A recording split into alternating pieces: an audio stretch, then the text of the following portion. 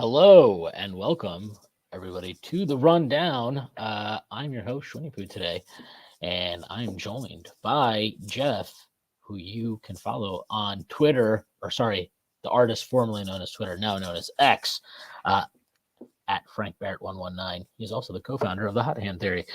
Jeff, how are you doing on this late, fucking Thursday night? How are you doing? I'm terrific. The Knicks got a win. Hopefully, we escaped the scariest of all scary possibilities with OG, but we will see. I'm still a little bit nervous. I don't look. I only have so much information. I'm not going to criticize anybody. Obviously the people there had more information than me, but with how he was grimacing anytime there was any contact on his arm in the game situation, I don't see how it was reasonable for him to play the amount he did in the second half. But I guess we'll see. Maybe he'll just be fine and it was just a stinger. Yeah, I have some thoughts on that, and we'll talk about it. But before we get started, I do have to make a few announcements. I have to introduce our wonderful sponsors. We've got a great new sponsor. I love betting my friends and betting them on anything sports games. Who's fast? That's what Cut allows me to do. The Cut app is a peer-to-peer social betting platform that's legal in 40 plus states. Cut has customizable odds, tracking capabilities, and an entire social network with group chats, user profiles, and rewards. All payments, no need for Venmo. What can we bet on? Well, we could bet on a few things. If you bet on the Knicks to cover the spread today, well, guess what? You covered just by the hair of your chinny chin chin. A garbage time 3-point attempt by Ashton Hagans missed, ensuring that the Knicks once again covered the spread, the masters of doing so in the OG Anunoby era. So use our promo code Believe Knicks, BLEAV Knicks for a 10% welcome deposit bonus. Don't forget that promo code again. That's Believe Knicks, BLEAV Knicks. Put your money where your mouth is. And BetOnline continues to be the number one source for all your basketball wagering needs, including pro and college hoops throughout the year with up-to-the-minute odds, stats, and trends. You can follow your favorite team's path to the playoffs with in-game live betting, contests, and all the best player props. Experience the world's best wagering platform anytime on your desktop or your mobile devices. Head to BetOnline today to become part of the team, and remember to use promo code BELIEVE, BLEAV, for your 50% welcome bonus on your first deposit. BetOnline, the game starts here. Look, I totally understand why people were freaking out about OG Anunoby. I'm not a doctor. Jeff, are you a doctor? I'm not. Sorry, I am not a doctor. Okay, that's interesting to hear. I'm pretty confident that most of the people that were commenting on OG Anunoby's obvious discomfort were also not doctors. And I assume that if he was playing through his discomfort, that the people in charge of dealing with his return from elbow surgery would have said something. But they didn't. They let him play through it. And I'm okay with that because I'm not a fucking doctor. I don't have access to some medical information. I don't know what the recovery is. I don't know what the fuck any of this shit is. I bet 99% of people coming on it don't either. And you know what? I got to say this too. Knicks fans, fucking week ago, everybody's bitching about, he's full tilt in practice. He's going 5-on-5. Get him back in the game. We need it. We're running these guys into the ground. We look at Josh Hart. Look, he's a warrior. He's playing through all this stuff. Brunson, DiVincenzo. We're going to kill these guys. Like, figure it out. Do you want guys to play through injury or do you not? Figure it out and then shut the fuck up. Because I'm so sick and tired of people not, like, what do you want? Do you, and also, I just got to say this. If you have an issue with how the Knicks are handling his medical stuff, fine. I can't tell you what to feel about that. Stop directing your anger about this at Tom Thibodeau. He is not the one making this fucking call, okay? That is the medical staff. If the medical staff is telling him OG Anunoby is good to go, guess what? He's going to fucking play him. Just like any fucking coach is going to fucking play the guy if he's healthy. Because he also is aware, yes, one, he needs to get him back up to speed for the stretch run and hopefully the playoffs, obviously. He needs to reestablish, he has to get game conditioning, he has to reestablish chemistry with his teammates, blah, blah, blah, blah, blah, blah, blah. Okay? Like, we need to stop freaking out about this stuff because, one, we can't really control it. And two, there's an entire staff of medical professionals employed to handle this stuff on behalf of the New York Knicks. Okay? So, I'm really not interested in discussing. We will see what happens with OG Anunoby. either way, I think people putting that on Tom Thibodeau is kind of a joke. I'm sorry. Like, I know that I'm like, the big, shit on Tom Thibodeau guy, but I don't think this is a case where you can do that. I just don't. And it's just really, really annoying that this is constantly like a topic of conversation because I don't really understand what any of us can do about it. I don't think there's anything for us to do about it. So, I don't know. That's just like my little rant about this because, and I'm not trying to. I know I don't think you're coming. I think you're actually coming at it from the right place where it's like, hey, I would have preferred if you didn't play, but I don't fucking know. So we'll just see what happens and we'll go from there.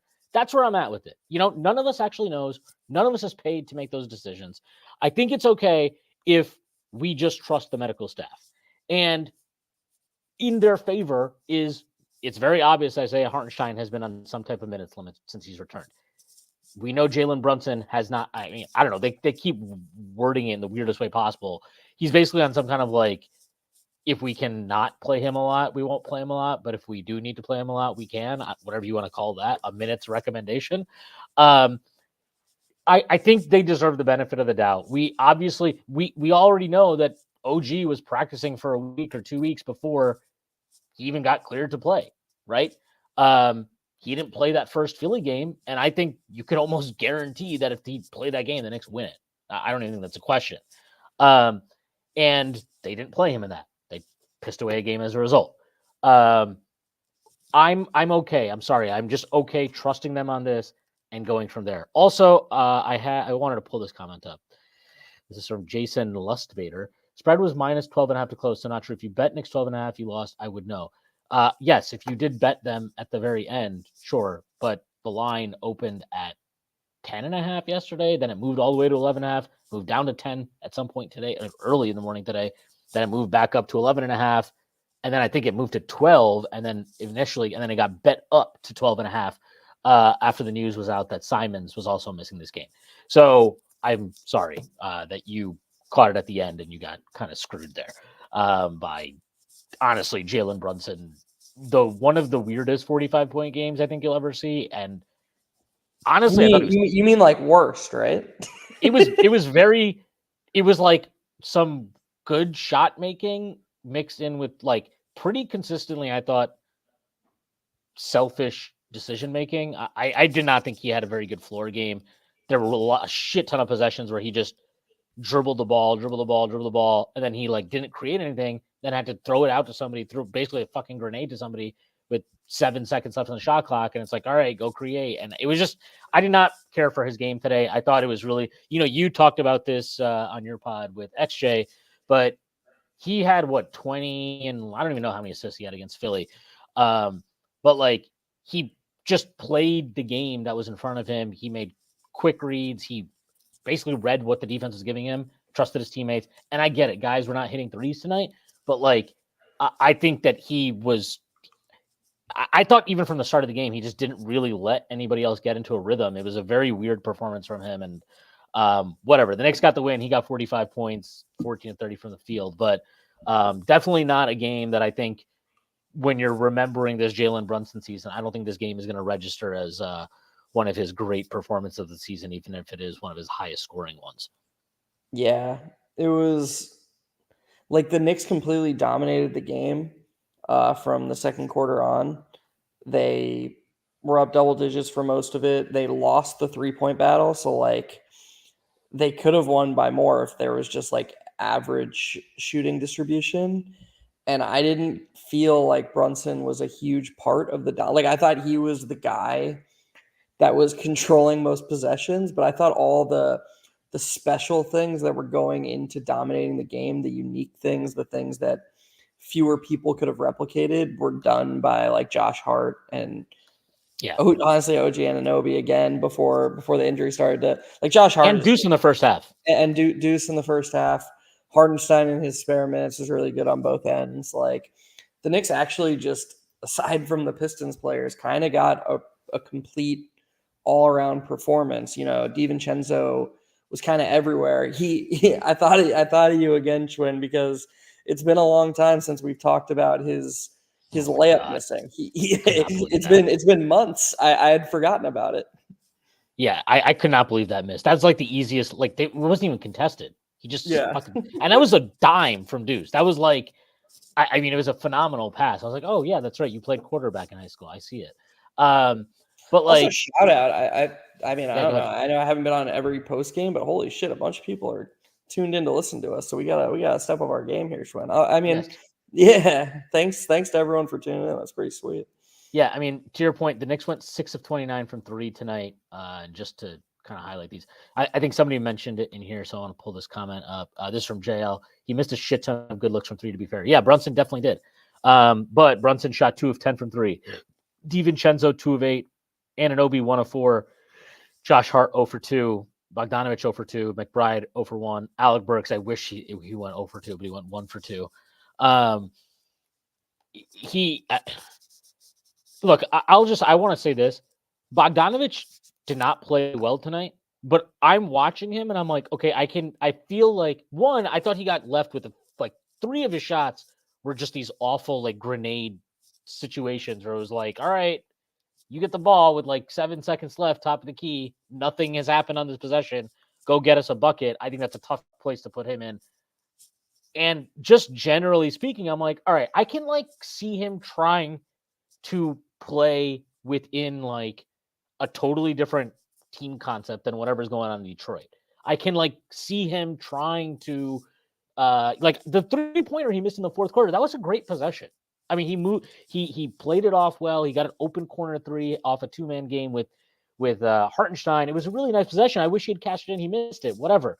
But I think you're seeing less of like the you know Pistons like I'm the best guy in this team type. I'm just gonna go those type of possessions from him. I think you're seeing less of that, especially in these 2 games since Anunoby came back. Did not have a good game though, and eventually, we can't just keep sitting here and be like, well, I liked some of his decisions. He's gonna have to make more shots. We know that. Okay, that's 100% accurate. Yeah, it Alec feels like Burks, if oh, I'm sorry. I didn't yeah, realize you also had. Alec Burks is playing like a fucking asshole. Like he played. That was one of the most ridiculous 4-minute stretches of play I think you'll ever watch from a guy. Like I have no idea what that was. He hit 2 of his first 3 shots, one of which was the only putback he will have probably all season and should have never happened. It was also a terrible shot that he initially took. The 3-pointer he took fine, took a pull up 3 that he had room on, have no problem with it. He just kept fucking shooting every time he touched the ball after that. And I think Tibbs, like honestly, if I'm Tibbs, I'm ready to just throw Shake Milton in there ahead of Burks and see what happens because I can't watch this shit anymore. And maybe he needs a fucking wake up call that, hey, dude, this is not 2021, 22 anymore. Like, we actually have a good team. We actually have expectations. We're trying to do something here beyond let you cook and pick and rolls. I don't know what the hell that was. That was embarrassing though, and I had zero issue with Tibbs going to an 8-man rotation in the second half. In fact, I think I said this on the pod that I discussed with that we dropped or we're going to drop tomorrow with Prez. But like, I'm almost at the point where like, if OG's good to go, I'm almost okay with just going with an 8-man rotation until Randall gets back. Or I'm at a point where I'm ready to. I'll throw Sims back in there before I watch Burks again. I don't know what the fuck's going on with him. He's been so selfish and just quite frankly playing like an absolute asshole since he's been traded to New York. And I don't know what the fuck is going on with him. Yeah, I mean, I don't agree about Sims, but I'm very on board with the 8-man rotation idea, and I think it's totally reasonable, especially with Tibbs' willingness to play Deuce off of Brunson as he's shown, the last 2 games. You could make the argument that that could open his mind to other allowing other players to have multiple roles. Obviously he knows how versatile Josh Hart and OG Anunoby are. He played Dante DiVincenzo at small forward a little bit tonight. Like, I know he wasn't actually a small forward, but they went with the 3-guard lineup a little bit. Pulling Burks from the rotation for the next week, 2 weeks, however long it takes Randall to return. It could be 3 fucking years, and I'll be fine with that. By the way, this from Fred Katz. Tom Thibodeau said no Burks in the second half was a basketball decision, no injury. Yeah, yep. Great basketball decision. One of the best Tom Thibodeau's ever made, as far as I'm concerned. Yeah, no, and it was the second straight game he did it. I don't know why. I don't know why they're implying there that it didn't happen against the Yeah, Sixers on Tuesday, but it did. you know what is that game was such a blowout? I think people like kind of tuned out. Yeah, but also Burks and Burks re-entered, so like he didn't actually sit out the entire second half, but he came in for garbage time. He didn't actually He play the got the second half. Sims. He got the Sims charity minutes. Yeah. By the way, I just want to read this before you keep going. Jordan Bud posted this. This is from Fred Katz also. Tom Thibodeau said the Knicks expected OG Anunoby, who was holding a surgically repaired elbow and grimacing throughout the game, to have moments like he did tonight. Stuff like that is going to happen, he said. Added, we were expecting there to be bumps and bruises like that. Yeah, I mean, I didn't really get a chance to respond to what you said. I think we're mostly on the same page, and so far as like having the humility to be cognizant that we're not doctors, we don't have near all the information. I would never attack the coach for making the decision he did, because you'd like to assume that he made the decision with the all clear from the doctors. I do think it would be a bad look aesthetically if like OG misses Saturday's game. Like I assume you agree with that, right? Like if he misses Saturday's game because he wakes up tomorrow and oh shit, the pain is worse than we thought it was going to be. Like, yeah, well, we saw you grimacing out there, and the Knicks were up 16 against a really bad team without its four best players. Like there has to be some willingness of, okay, I know the doctor said he's fine to play right now. I don't know. Again, this isn't a criticism of Tibbs. I'm just saying I like, this is the thing. This is the coach he is. So at some point, like, and I just like, there's just stuff with him at this point. I'm done. Like in the moment, I might be upset about something, but I'm really, really done with like the Sims 2 center stuff, right? There are people that are losing their minds about this. And I'm like, dude, you can sit here and tell me, well, we could put Boyan in for spacing, could put Burt. Like, have you watched these guys play? They've been fucking awful. So, like, yeah, I mean, look, I'm watching that Philly game just like you were. And I do think, like, yeah, look, if there's ever a time to give Boyan a shot in the fourth quarter, that was it, right? But, like, I also think that there's a big enough sample of these guys in New York that it's not insane to me if I'm Tibbs and I'm just like, you know what? I don't think they have not shown me that they're going to win me a game. So I'm just going to roll with the rotation I had pre-planned and play these 2 center minutes for, the middle of the middle of the half, and then go back to like Precious and Hartenstein or whatever. You get what I mean. But like, I just can't, like, so with the injury thing, like, look, I can sit here and I can fundamentally feel, yeah, well, if that was me, I might have seen OG grimacing and I would have pulled him from the game and just been like, we're playing the fucking Blazers. Let's figure it out. I think that's reasonable. I also am aware who Tom Thibodeau is. If a guy that he likes, that is a quality player, that who is in his rotation, is healthy and available, and the medical staff is telling him he's good to go, he's going to play the guy. That's just how he's wired. And that's how we've seen games where Brunson is clearly not 100%. We've seen DiVincenzo play through stuff where he's not 100%. Hart, Randall, obviously, right? Like the list goes on. Hartenstein, whatever. That's also kind of like, I don't want to say the culture of the team, the identity of the team, however you want to phrase it. That's kind of like how this team is wired. And I will say this: OG Anunoby missed about 6 weeks? Is that right? Sounds about right. Right, 6 weeks. In that time, I've seen you tweet about it. We've talked about it, but like, he was playing Brunson, DiVincenzo, and Hart, those three very specifically, so many minutes to overcome the fact that one, OG is out, obviously Randall is out too, and that whatever bump they were hoping to get from Bojan and Burks, whether you believe it's going to happen, whether you never believed it was going to happen, whether you think that's still going to happen, it has not happened. And you have to, the East, I mean, go look at the standings of the East right now.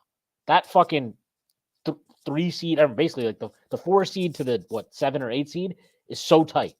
Like, I don't think it's unreasonable to push guys a bit. And quite frankly, if you look at other coaches in those stack of teams, they've pushed players too. I mean, you've talked about Halliburton, and the minutes have not been as extreme, but it's obvious that he was pushing to play through stuff. But whether that be because he wants an extra $40 million to qualify, if he qualifies for All NBA, I don't know. But players are going to want to play if they're any way remotely cleared to play. And Tibbs is a coach who is not going to like sit there and be like, oh my God, OG Anunoby's his elbow, it hurts. Like, I got to get him out of there. He probably looked at OG and was like, you good? And OG's probably like, yeah, because he's a robot. And that was like the end of the and he. I'm sure the medical staff was like, I mean, they looked at him, right? I'm sure they looked at him at halftime or whatever, and they're like, yeah, he's good. Like, I don't know. At that point, I can sit here and feel like, oh man, like if that was me, fine. But like, it's not me. It's Tibbs. That's what Tibbs is going to do. If we have a problem with that, if we have a problem with all these various Tibbs isms, that is a decision that needs to come from the front office. But for me, like, I understand why fans still harp on a lot of this stuff. And I'm not like, obviously they're in games and shit where I'm like, what the fuck? Put in anybody that can shoot the ball, bro. Like, I'm there too. But after a game, whatever, like I just kind of am like, I don't know. Like I've like made my peace, I guess, with all the weird Tibbs stuff. And like what did Hart play the first 18 minutes of this game or something? I don't know. But like I'm done bitching about it because I'm just like, he's just gonna do it because he like looks at Josh Hart and Josh Hart's like, I can play every minute of every game, and Tibbs is like, great, because I'm gonna play you every fucking minute of every second of every game. So let's go with that. It just is what it is. Like I don't know. I can't bother losing. Like I can't. For me, it's like a waste of energy at this point to complain about this stuff because this is his fourth year as our coach. We kind of like know what to expect at this point. Yeah, everything you just said was completely reasonable and right. I just think there's a difference between you're done with it and the criticism is wrong. You're not the criticism, the raising. It's fair. It's fair. I understand it. I just get, but like, I'll put it this way. Like, I think it's fair if you raise the criticism and you're like, hey, I really think he should have sat him. I can feel how I feel. You can feel how you feel. That's not unreasonable. Where I think it becomes unreasonable is like every fucking game you get like one of these things that happens and it's like, this is why Tom Thibodeau needs to be fired. And it's like, dude, like, really? Like that's it? That was the final straw for you? Like, I don't know. You can go back fucking during that 2021-22 season and even, through the first 20 games of last season, and I'm sitting here like, man, get fucking Tibbs out of here. Or at the end of last season, after the playoff series against Miami, quite frankly, I stand by that. I would have fired him then. But like, he's not been fired. And I don't think the things that like, there are things to me that are just not fireable offenses. And I'm sorry, like, I have a hard time being like, well, the medical staff cleared this guy and they were cautious in bringing him back to game, like, to make him active again. To me, like, if he's playing OG through something and the medical staff's good with it, it just, I can't get to the point. And I'm not saying you are either, by the way, but I can't get to the point where people are constantly where it's like, this is why we should fire Tibbs. It's like, I don't know, dude. Like, honestly, I'm probably not going to fire Tibbs until I just see how the playoffs unfold. And maybe at that point, I'll feel like they should fire him. But I am pretty much fine with the job he's done overall this season. Like, I think he's probably, honestly, I think this is like the best job he has done. See, like this is we've had this disconnect multiple conversations in a row. Like, I just ignore those people at this point. Like, it's completely unreasonable to expect Tibbs to be fired or think that's even a real conversation. So who cares? Like, I'm like, when we were talking about the Boyan thing against the Sixers on Sunday, I wasn't coming from this is why Tibbs' job should be in jeopardy. It was just more of like I thought this was a decision that was best. I disagreed with this choice. Right, exactly. I feel like we should get to a point, and I mean me and you, not the collective we, but we should get to a point where like that is a given. Neither one of us is talking like, oh, Tibbs needs to go. Like, I don't know. I just think it's so silly how every single criticism of this guy has to be qualified with, oh, like, I know he's a good coach. I know he's a smart guy. It's like, fuck, man. Like, it's okay to just talk about this shit and just be like, yeah, I didn't agree with this decision tonight. We can move on.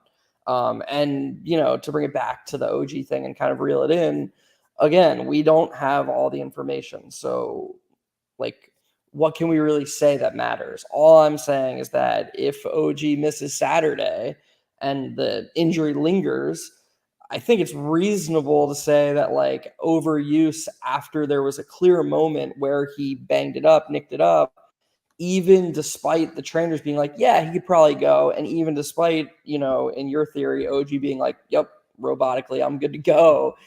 There was a line where it was like, okay, this game is out of reach. This opponent isn't very good. Maybe he doesn't need to be out there. In my opinion, Tibbs probably fell short of that line. And if OG misses future games, I think that would be a poor look. No, I don't think that should cost him his job or even close to that. I'm just, there's nothing else to talk about from this game. It's a fucking win against the Blazers without their four best players. Like, so that's why I'm talking about this. Like, I'm not talking about it to try to start a fire Tibbs movement. Fuck. Yeah, fucking Ayton had 31 points on. He was like I felt like he didn't miss. It was ridiculous watching him. I don't think I've seen him this active on the offensive glass ever. Like that was wild. Some of the stuff he was getting. He was good though. He was good. I will say this. I want to talk about one thing.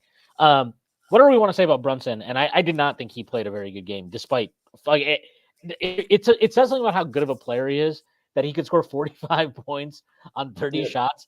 And my like feeling of his game was I was like, I would have liked to see him pass a little bit more. Like it says something about how good he is as a player. But forgetting that, I would sacrifice half of the free throws he got today for the refs to start calling these fouls when he's bringing the ball up the floor. Like Scoot Henderson, did he play fucking linebacker in high school? Because he looked like one out there today. He was just fucking pushing. Like he was just ridiculous. It was crazy to see some of the stuff he was getting away with when he was defending Brunson coming up the floor. Same thing with Tumani Kamara. And it's not just it's not just tonight against these guys. This is like every game now since Brando's gone down. You're seeing that teams are just like, he's the only guy that can create shots. We're going to wear him down.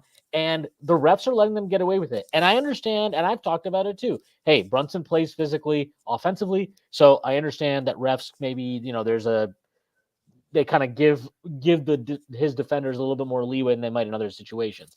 That's all well and good. And he hunts contact. Yeah, and he hunts. He does, for sure. But like at some point, I would like, you can't allow that. Like what was happening, especially at the end of that fourth quarter was ridiculous, where it was just like they would call fouls once guys were potentially going to shoot the ball. But like everything else, they were just kind of like, we'll just let it go. It's not a big deal. I don't know. I have had a really big problem with the way he's being officiated right now, not because I think he deserves more trips to the free throw line. I think he needs to get fouls called on him before he's even shooting the ball, because some of the shit teams are getting away with, just when he's bringing the ball up or when he's trying to initiate sets. And, it's getting absurd. Like it really is. Like there was one possession today where Scoot literally shoved Hartenstein multiple times, like literally full hands out extended, shoved him out of the way. I think it was in the third quarter. And then he's like bodying Brunson out at the 3-point line. It's like, dude, you can't allow that. Like, I understand wanting to allow physicality. There's a difference between physicality and fouling. And that was not physicality. That was just straight up fouling, guys. You're allowed to call that. I'm sorry. That is not, oh, we want the game to be more physical. Fine, let the game be more physical. That's fine. I don't mind that at all. But blatant fouls are blatant fouls. If I fucking slap you across the arm, that's a foul. That doesn't matter. It doesn't matter if you want the game to be physical. That's a fucking foul. Like, and I don't even think that was like that. That's not what was happening on that play. I'm just making a very blatant example. But it's like if Brunson's dribbling with the ball, with his back to the basket, with 15 seconds on the shot clock because he's trying to milk it out, and just protect the ball.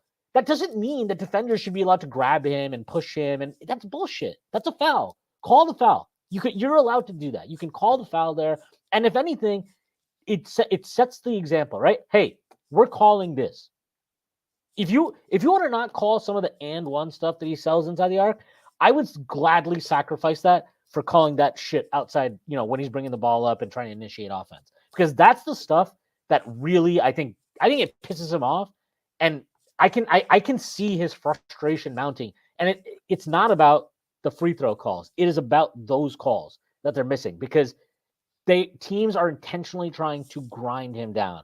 And, he's a tough guy. He's strong as hell, but I think the league and the way he's being officiated, in particular in that stretch starting right before the All-Star break, has just been it's gotten out of control. And I've been talking about it for a while, but I think it's ridiculous.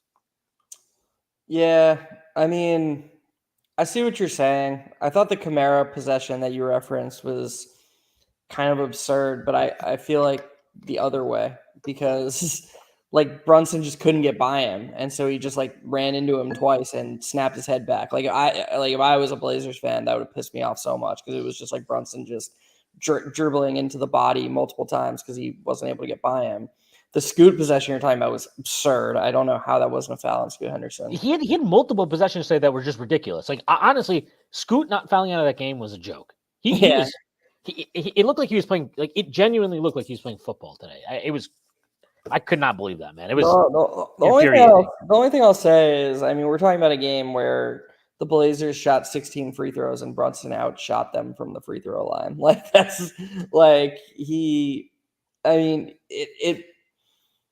I see what you're saying because it has a wear and tear on his overall offense. So like even though it's reflected in the free throws, what you're saying is that it hurts his ability in the macro to create offense. And I get that. And in general, like I think Brunson played into it tonight too, where he was trying to milk the clock down and set his defender up. And he was like, you could tell tonight was like I need to get my scoring average average up type of game. Like that's just like it's how he played it. It's fine, whatever, it happens, right? And he's good enough where he can do it, and he did get his scoring average up, and we won. Cool, great, fantastic. But it like when you allow that, the shot clock naturally, like you're getting into offense later in the shot clock, so there's less ball movement, there's less player movement, there's less of this stuff. Like there's less of good offense, and so like to me, yeah, we got more free throws than them today.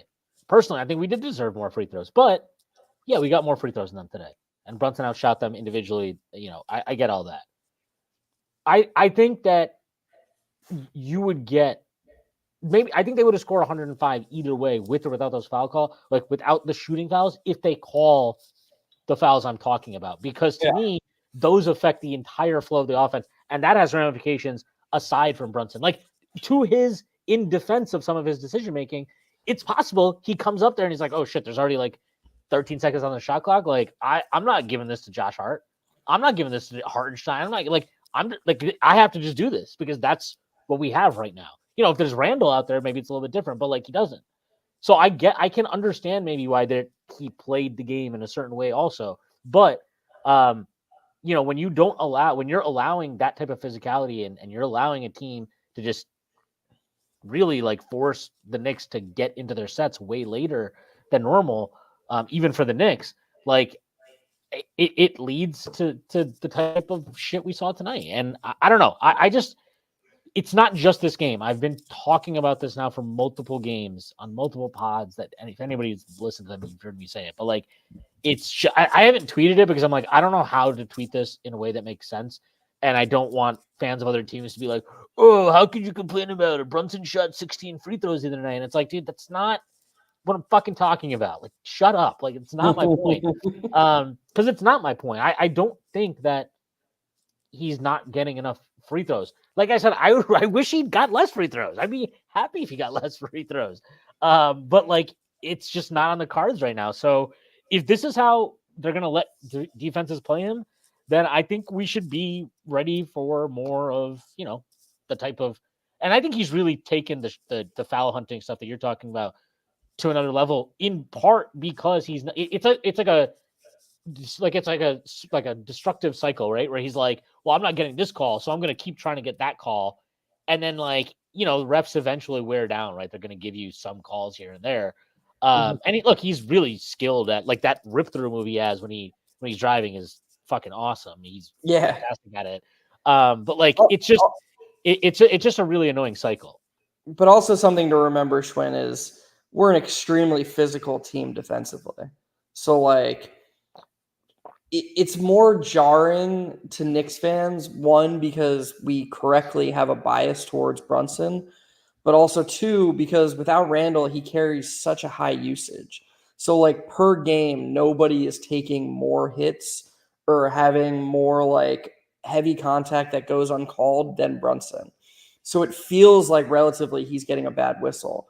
But when the other team, has a more egalitarian offense and they're having multiple guys have, collectively have as many of those calls, it doesn't stand, or those no calls, it doesn't stand out as much, And I'm not trying to rain on your parade, or, I'm sure some Knicks fans who are tuning in are like, why the fuck is he being rational? Let's just bitch about the refs. I just, I'm just trying to keep it a little bit level-headed here. And I do think that the Knicks are a really good, tough defensive team. That's what Thibodeau has instilled in this team. And I do think that the Knicks, I don't want to say get away with fouls, but the stuff that we're saying, like, oh, like, how could they not call that on Brunson? There's probably times where we don't even notice it because we're just like, oh yeah, good defense, Knicks, because that's just how a biased eye works. Yeah. I mean, honestly, like, I can't agree with it. I just can't. I'm sorry. Like, I watch all these games and I'm like, not that I don't think the Knicks are getting a bad whistle. I'm not really of the opinion that, like, oh my God, the Knicks are getting shit whistle and the league is against them. But, like, I think this stretch with Brunson has gone completely out of hand. And I felt this way for a while. Like, that fucking Houston game was a joke. We all knew at the time. Yeah. I thought the Orlando game after that was a joke too, which whatever. You can go on and on. I can go through the game logs and oh, this one, that one, whatever. But, like, it's just getting to it. Like, even today, he hit a fucking 3 in the fourth quarter, finally, and he clearly had somebody in his landing area. If you're not gonna fucking call that, then what the fuck is the point of that rule? But if it was James Harden, they probably would have fucking called a flagrant and would have rewarded him with fucking 2 more free throws in the ball. Like, the landing stuff with him has been a joke all year. Going back to the first game of the season, he's the only person who's gotten he's the only person who's gotten an offensive flagrant for flopping. Like, literally the entire league. He's gotten 2 of them. Yeah, it's ridiculous to watch. I can't. I know. I'm sure if somebody who's not a Knicks fan is listening to this, which I don't know why you're listening to a Knicks Blazers post game if you're not a Knicks fan, but like, kudos to that person though. Yeah, it's just brutal for me. One thing I do want to say, because I'm just, again, all about the macro and controlling what you can control.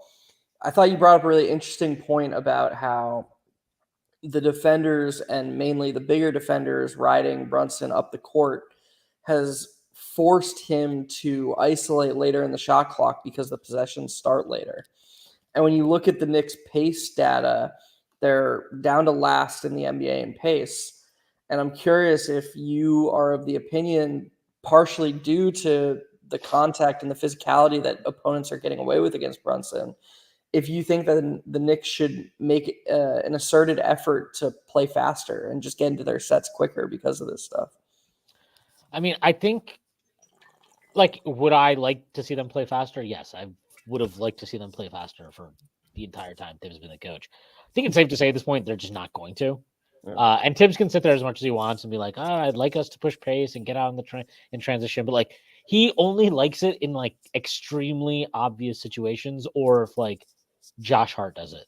Like, that's basically it. Like, I don't think he really wants us to do it. So whether it's just like, would I like to see them push the pace more? Yeah. Do I think it might help a little bit? Sure.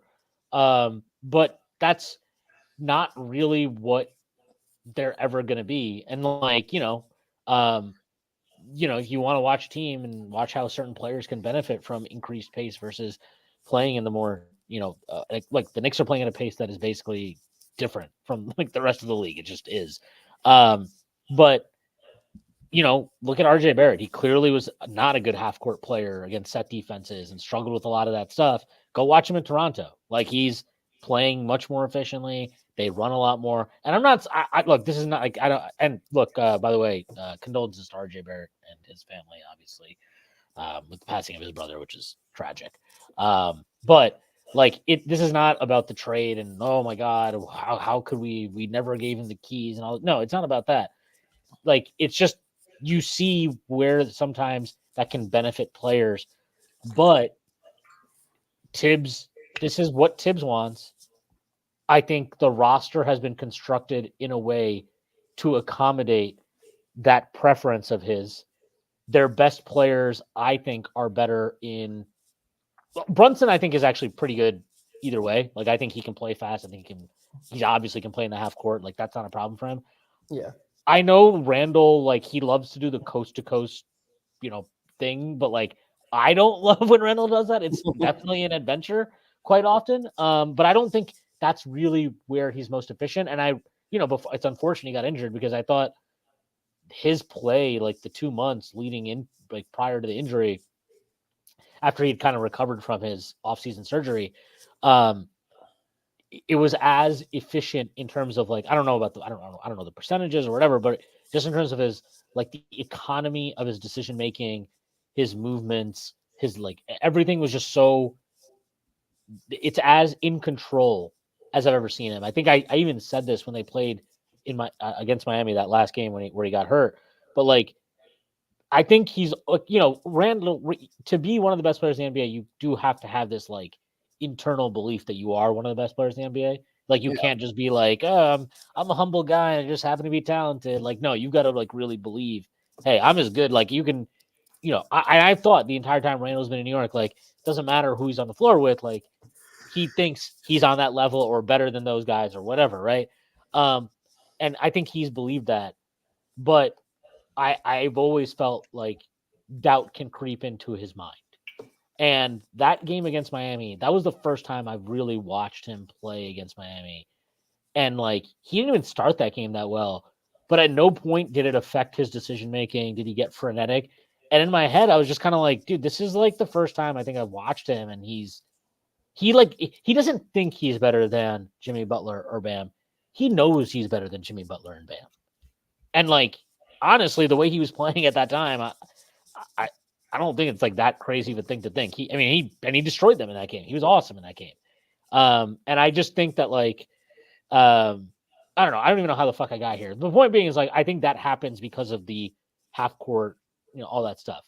By the way, we should probably mention this. Jordan Ball poses OG Anunoby on the elbow. It just soared. Nothing really happened. Just went for a ball and it hurt randomly, but it's fine. Said the discomfort tonight was from rapid movement. Too much jacking off, I guess. Use the opposite hand, OG. Use your left hand, buddy. We've all been there. He said from the rapid movement that you can't recreate in practice. Interesting. Yeah, look, I'm genuinely not too worried about this. I think that we have to do this. Chris Bernhardt brought this up. If people are going to react like this to OG, imagine how they're going to react when Randall comes back and starts to wince and grimace. Well, yeah, I did. I'll let you react to this, but I did want to bring up what what Judah Venture said. Nah, Chris, a lot of Knicks fans have a different attitude when it comes to Randall. They would say he doesn't want to give the effort. He's lazy, blah, blah. That's me. That's what I would do. I've learned my lesson now. I will not question our fearless leader when he comes back. But yeah, I don't know. What do you think about that? About Judah's comment? No, about Chris's. I get what is he implying there though? Is he saying that people are going to freak out more? Like, I feel like people. I just think I think his point is like, guys coming back from injuries are gonna like, your natural reaction when you, like, when I've sprained my ankle before, right? So whatever, you don't play for a couple weeks, you come back. The first time you kind of get like kicked on your ankle, you're like, you might the first time you tweak it, you might overreact. Like, you might be like, oh my God. And or it genuinely could hurt more than it does, but it might not be a big deal. Like, it might just be like the next day you might wake up and it's kind of like maybe a little bit sore, but you're not, by the day after that, you might be fine.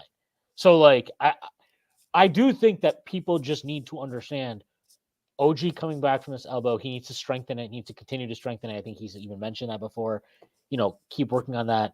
He's gonna have stuff like this happens, and as long as it's not like a ligament issue, right? Which obviously that doesn't seem to be the case, and it wasn't the case. What he got surgery for wasn't a ligament issue. Like, it's probably not that big of a deal. That's what I think he's getting at. Correct me if I'm wrong, Chris. Yeah, okay. I mean, I think that Randall just incites more divisiveness and more of the extreme and volatile reactions in general. So I mostly just try to steer clear of those, even though, as you just referenced, I've obviously been involved in them too. I try to steer clear of that stuff now. But I do agree with Chris's point that like, yes, if OG is the thing is though is like everybody is universally behind the idea that OG is what he is right now. Like he is the least divisive player in the NBA probably. He just showed up and the Knicks have basically been a championship level team whenever he's on the court or better. I don't know. So I feel like there's no Knicks fan right now who's like, are we sure he's that good? Whatever. I'm sure maybe there's like an RJ fan out there who wants to hate OG, wants the trade to fail because we traded RJ, but I'm sure that person exists. That's a very fun way to be a Knicks fan. Yeah. But for the most part, I think we're all behind OG Anunoby and his impact. So I think that's where a lot of the concern is coming from. This isn't to say that Knicks universe isn't behind Julius Randle or his impact. I just think, Julius Randle's, it's his 4th year. I actually think it would be less frenetic, to be honest, if Randle came back and he was kind of like grimacing or pouting or whatever. I think it would just be like, all right, it's Randle. Like he'll be fine. This is Larry Israel. Anyone who has had surgery can tell you that type of pain is normal. I've never had surgery, so putting that out there. Neither yeah, Randle, on the other hand, hasn't had surgery, so it would be a lot more alarming. That's true. I just hope that, honestly, with Randle, I would just hope that I don't know. I'm kind of hoping he comes. I feel like it's going to happen after the West Coast trip. That's when I think he'll be back. That's what I think anyway. We'll see. But I'm not. I don't have any inside sources on that one. So you'll have to just. That was a good comment by Larry. I never would have understood that. Yeah.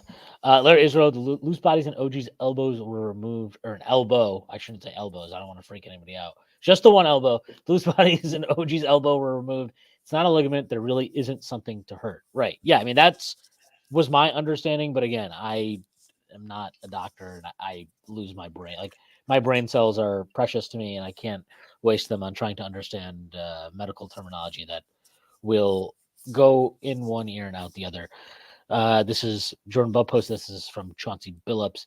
We all had our hands full dealing with Jalen tonight. Put on a clinic, his patience. He just manipulated the defense the whole night. He got everybody in foul trouble. He put on a magical, masterful performance.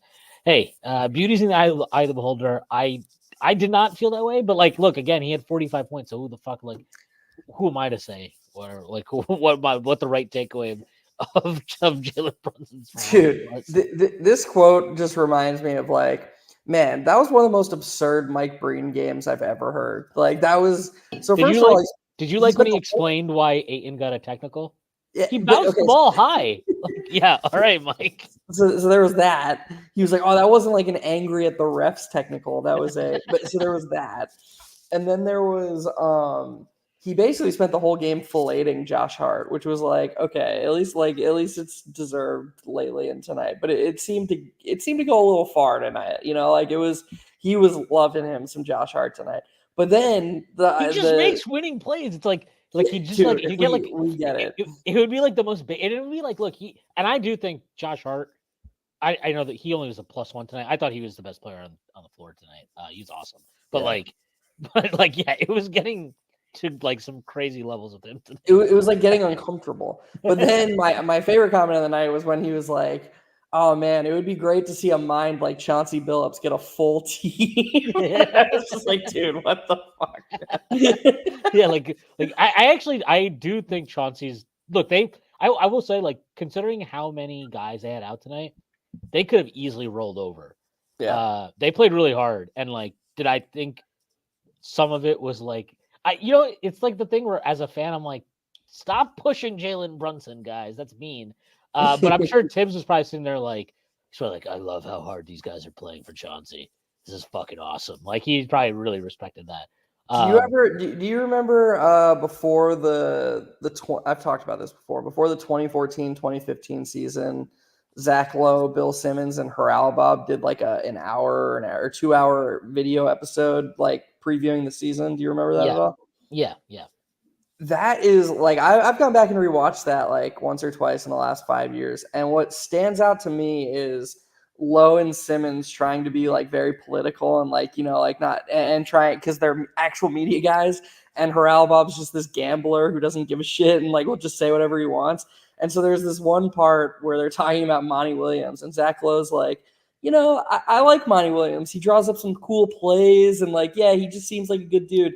And Raul Bob's just like, Monty Williams the fucking worst, dude. Like he just drops that out of nowhere. And oh man, I don't know why that just thought about that with Chauncey Billups. So I'm sure Chauncey Billups is a fine coach. I just thought that was I actually weird comment. I think it's pretty amazing they have 19 wins this season, to be completely honest. Like Yeah. they have had brutal, and that was another thing where Breen kept talking about their injury issues this year. It's like, dude, relax. Like you said it like 4 times already. We get it.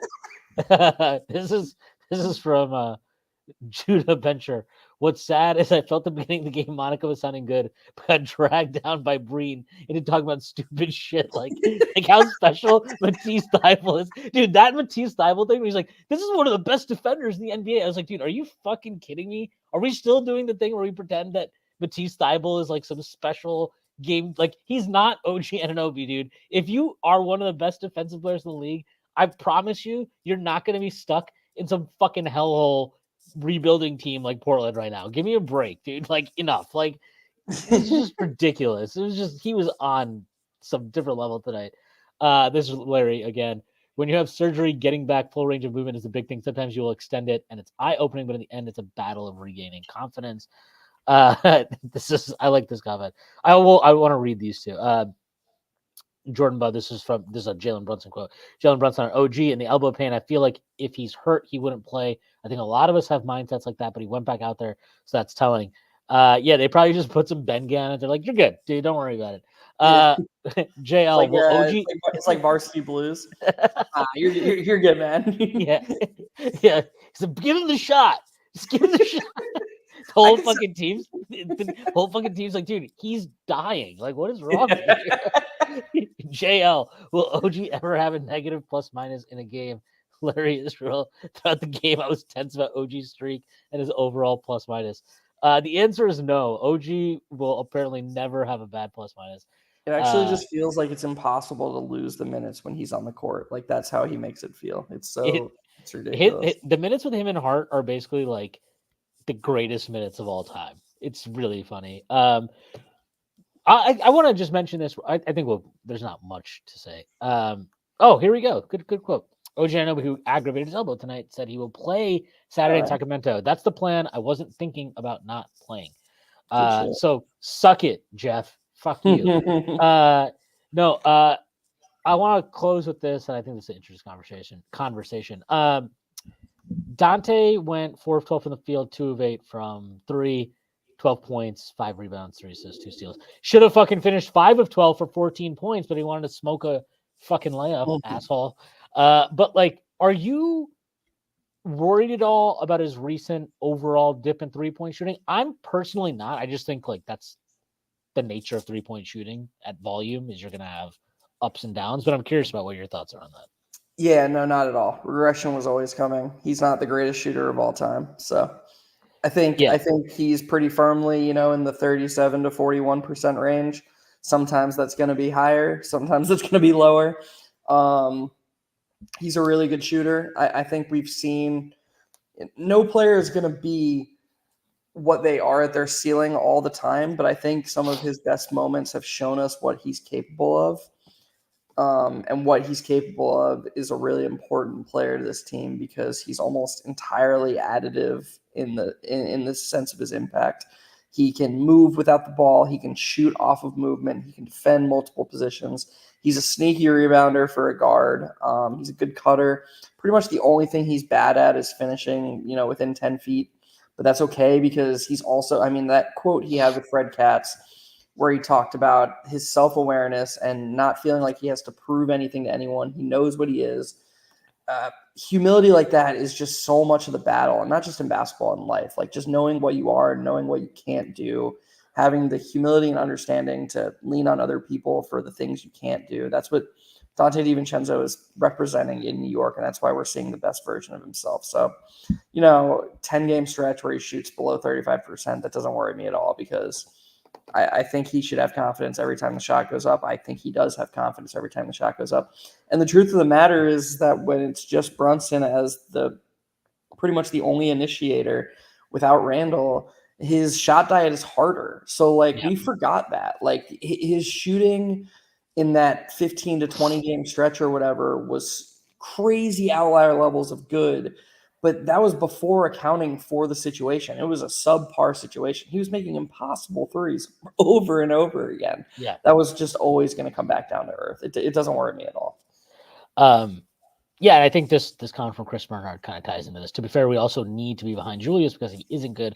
We're not going anywhere near a title contender. Yeah, I mean, this is in many ways like a very big,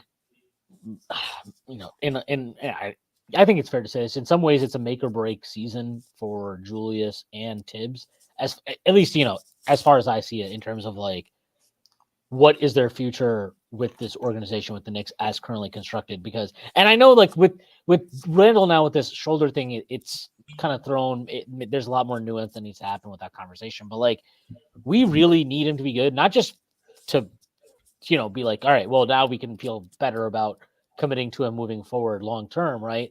But also like, because if we do think this team is a championship contender, and I do think they're a championship contender, or at least they have the ability to be a championship contender, they can't be that without him though.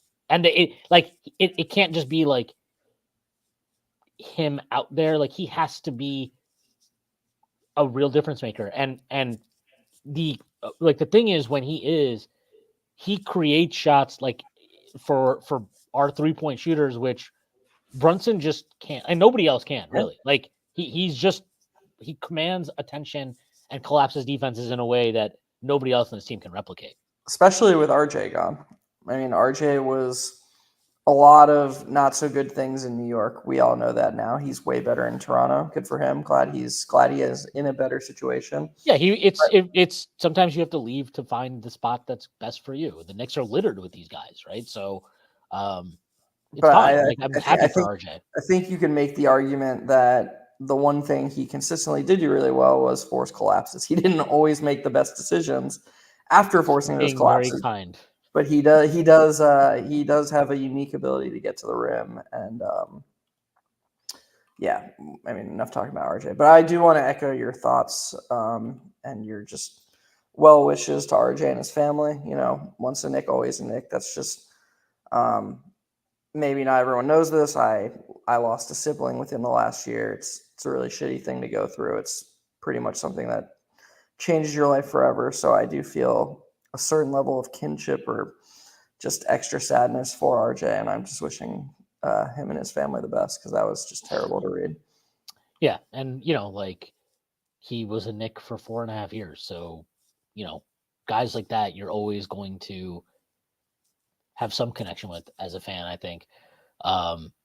And it's been not. I mean, obviously, the actual news itself is not nice. It's terrible, but it has been nice to see like so many Knicks fans. Not like everybody should be sympathetic when something like that happens, but it has been nice to see that outpouring of support from Knicks fans for him because, like you mentioned, it's a really shitty thing to go through, and not that what we say is necessarily going to help him get through it, but I'm sure it's nice to see if he is seeing or if anybody's seeing. It's just nice to see in general that there is still that kind of like connection to the player from so many Knicks fans, and that we can kind of, I don't want to say have his back, but honestly, all of it was nice, right? Like fans, sure, but Tibbs' pregame comments, Mike Breen talked about it on the broad. His one shining moment on this broadcast actually was that. So I guess Breen always handles those moments so well. He's like, I mean, we have some fun with Breen on this podcast. I truly believe he's one of the best in all of sports, and that's one of the things he does really well. Anytime there's something serious, he handles it with so much class. It feels like he always says the right thing. And yeah, this was just another example of that. If Randall starts wincing and grimacing, nobody should be worried or making excuses for him because it's his non-shooting arm. Never change, Omar. Chris Bernard, maybe his shot quality is catching up to his makes this about Dante. Considering Dante has a tendency to just act like a skeet shooter and pull once he gets the ball. Yeah, I mean, I think, honestly, they've needed him to be like that with Randall out. They've needed the variance. They've needed somebody to dial up the usage. Unfortunately, Alec Burks believes that he is the only person that should be dialing up their usage, which, by the way, thank you for listing my favorite Knicks stat of the year, which is that Alec Burks has the second highest usage on the team Dude, since the trade. that's so insane. What the fuck, man? Alec Burks thinks it's Alec Burks time all the time. Yeah. No, Breen does handle that stuff well, and by the way, actual last thing to close on. Talking about really good play-by-play guys. I gotta say, man, I watched that that fucking Bulls Pacers game last night. Mm-hmm. Adam Amin, the fucking Bulls play-by-play guy, is fucking awesome. He was awesome in that game. He was going absolutely bonkers for like the last 2.5 quarters of the game. Just every shot, he was awesome. He's not quite. Is he still stuck with? Yes, Stacey King. Yeah. Oh man, that's tough. Stacey King is like I actually don't mind him, but like he just gets into these sequences where you're like, dude, are you even saying words right now? Like, what is?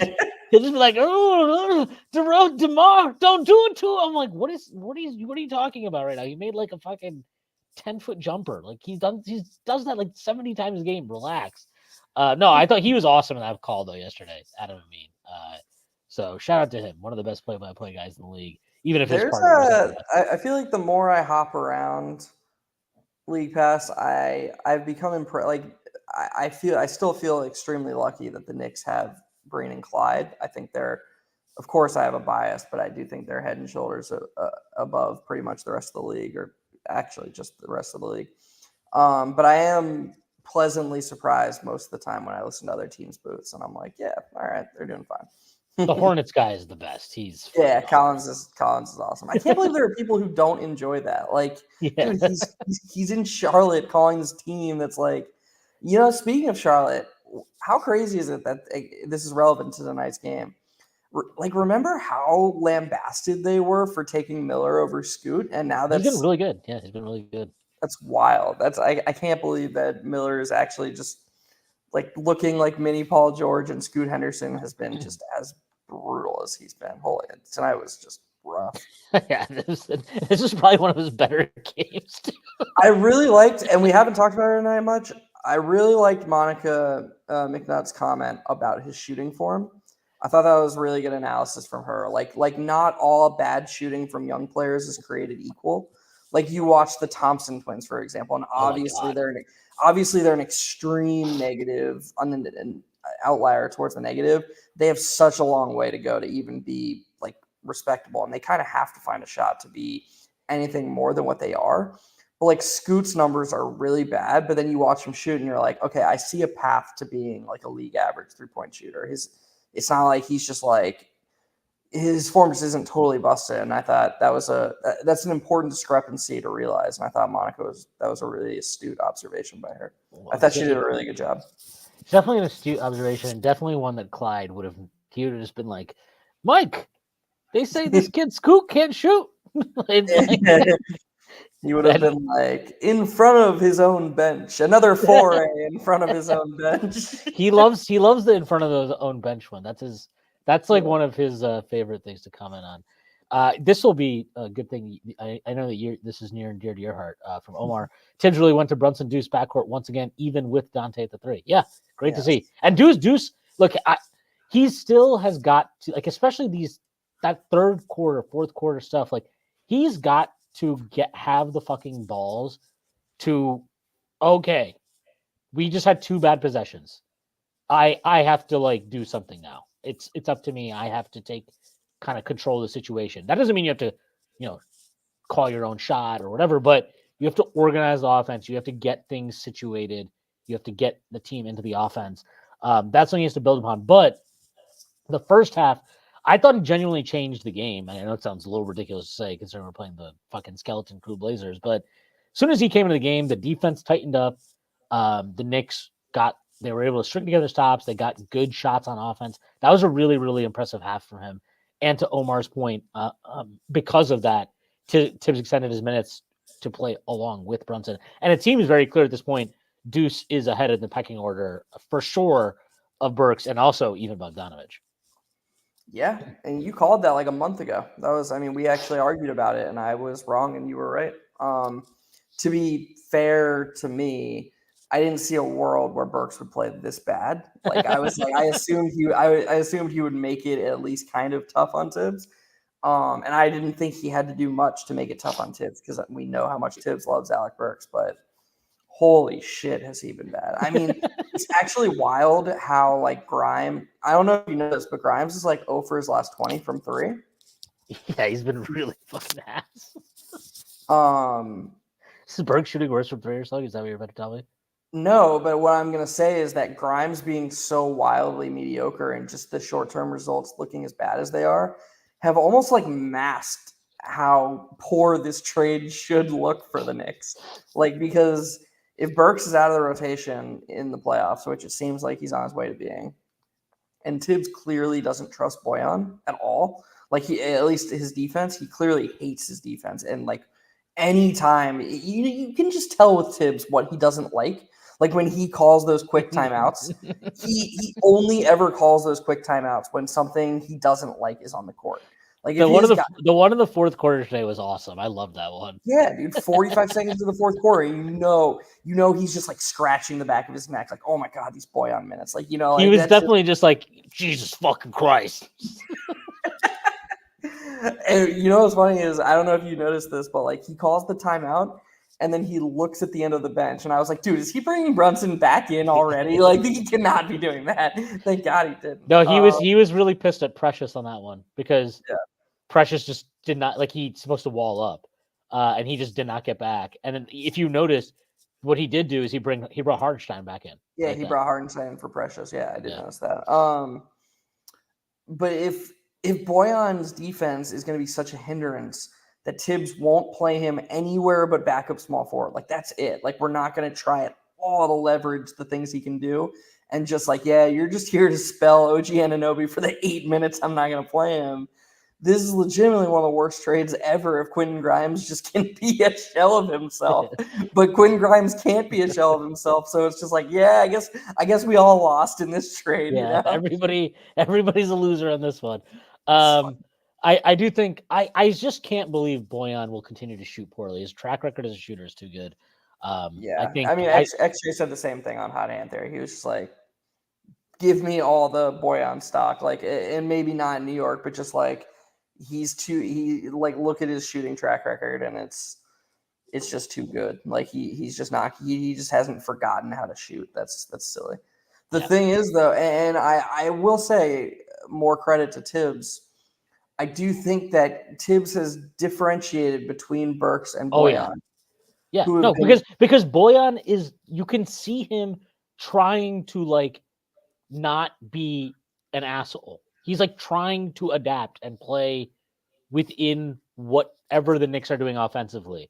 Burks, but also, Schwinn, to me, it shows a recognition that you can help the team. Like, of course, we know Tibbs always says, "Oh, you can help the team without shooting well," but I don't mean it in the way Tibbs means it. When Tibbs says it, he means like you can play defense well, you can rebound well.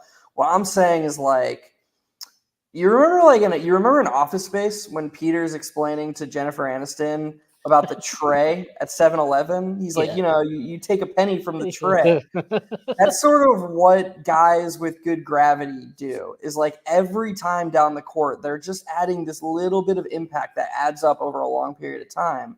And I feel like even when Bojan is shooting this poorly, offensively, as long as he's not like punting the ball into the stands, his presence helps the team, because defenses have to respect him as a shooter. And I feel like Tibbs differentiating between him and Burks is an understanding of what Bojan is capable of doing for an offense, even when the shots aren't falling. So I've appreciated that from Tibbs. I do think that Bojan should have a longer rope than Burks does. Yeah, no, I agree. All right, I think that's a good place to end it. We don't even talk about this stupid game that nobody will ever remember, hopefully, ever again. Jeff, let the people know they can find you, and plug anything that you'd like to plug. I am Frank Barrett 11-9. Wait, is that my number? Yeah, 11-9. I got it right. Good for me. I also run Hot Hand Theory, which is a new podcast created by me and XJ. We enjoy doing it. We actually had, I made a thread today about Josh Hart that did pretty well. Go and check it out. Yeah, that's what I got for you. Oh, and I'm writing the recap on this game. I don't know what else there is to say about this game, but I'm going to try and type something out. So I guess check that out too. I don't mean that to bury Strickland. I'm just like, we just talked about this game for an hour and 10 minutes. I can't believe there are people who still care about this game. Yeah, I agree. Thanks to everybody that's in here, by the way. Appreciate everybody's support and appreciate you guys listening in. I'm nothing to plugs, but be on the lookout. Me and we got Pod Strickland coming out tomorrow. I believe there's a mailbag coming out as well, and I think there will be a Takes from Obvious Bozos that is coming out a couple days after that. Aside from that, check out the article that Matthew, if you're subscribed to the Patreon, check out the piece that he dropped today on all of the various opponents, or at least some of the various opponents the Knicks could face in the first round of the playoffs. Oh, that's cool. And also check out the piece that Zach dropped on the main site about all the graphic things that he likes and has not liked this season. I found that article particularly interesting, and I will be using it to make fun of Zach whenever I feel like making fun of him. So that's also a upside for me, a personal benefit for myself. Aside from that, check out Jeff's pod with Extra. They do really good work. The pod the episode they dropped today was really fun. I enjoyed that conversation. And shout out to our sponsors, Bet Online and Cut. That's our show for today. Thanks again to everybody in the chat for rocking with us. Please hit like, subscribe to the channel if you haven't done so already. That'd be a huge help to us. I guess we will see you Saturday night, or somebody will see you Saturday night after the Kings game, where hopefully the Knicks can string together a third straight victory. That would be a very nice way and ease my agita about this West Coast trip. All right, everybody have a great rest of your night, and we will see you soon.